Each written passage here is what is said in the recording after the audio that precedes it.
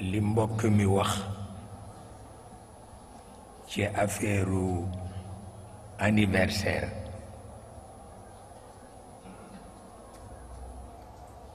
Sou Yabo Rek dal ci tuuti ndax man sama anniversaire bu dikkee dootuma xaj sax ci kër gi tabarkalla nit ñi dañuy ñëw di ma ndokkeel te duma leen ko tere ndax Maodo tax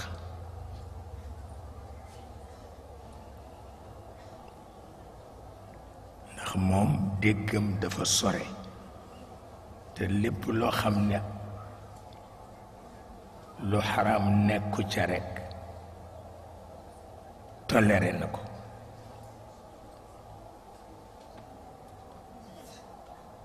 lépp loo xam ne lu xaram nekku ca te jamono imposé ko nit ñi toléré na ko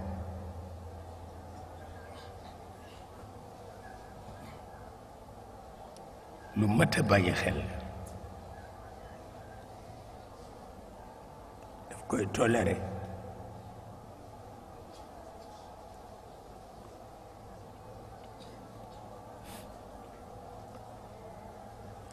wax na ko fu nekk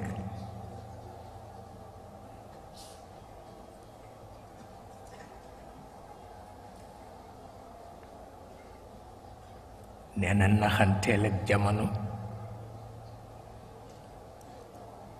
nee na bu ko defee nga am jàmm ne boo naxantewul ak jamono doo am jàmm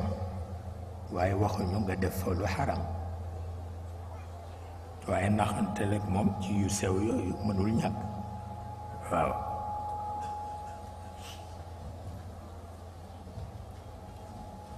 moo tax jarul jaaxle nag ndax kenn ku nekk ak déggam jarul jaaxle nag kenn ku nekk ak déggam jarul jaaxle waaw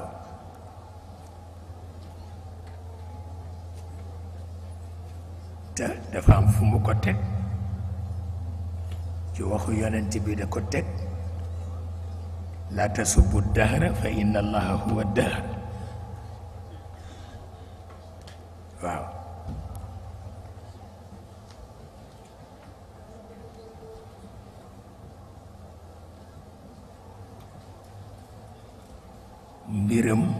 mbiram lu yéeme la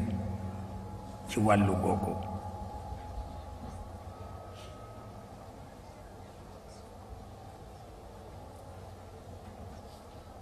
la